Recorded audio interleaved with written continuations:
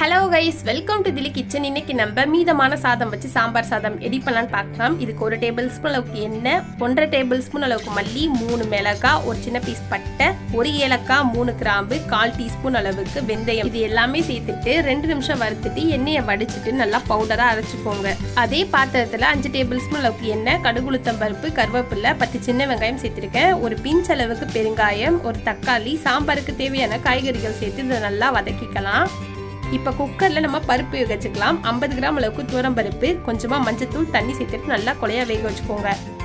காய் வெந்துட்டுருக்கு. தேவையான அளவுக்கு உப்பு, மிளகாத்தூள், அரைச்ச மசாலா சேர்த்து நல்லா மிக்ஸ் பண்ணிவிட்டு வேக வச்ச பருப்பும் சேர்த்துக்கலாம். 100 ml அளவுக்கு புளி கரைசல் சேர்த்துருக்கேன்.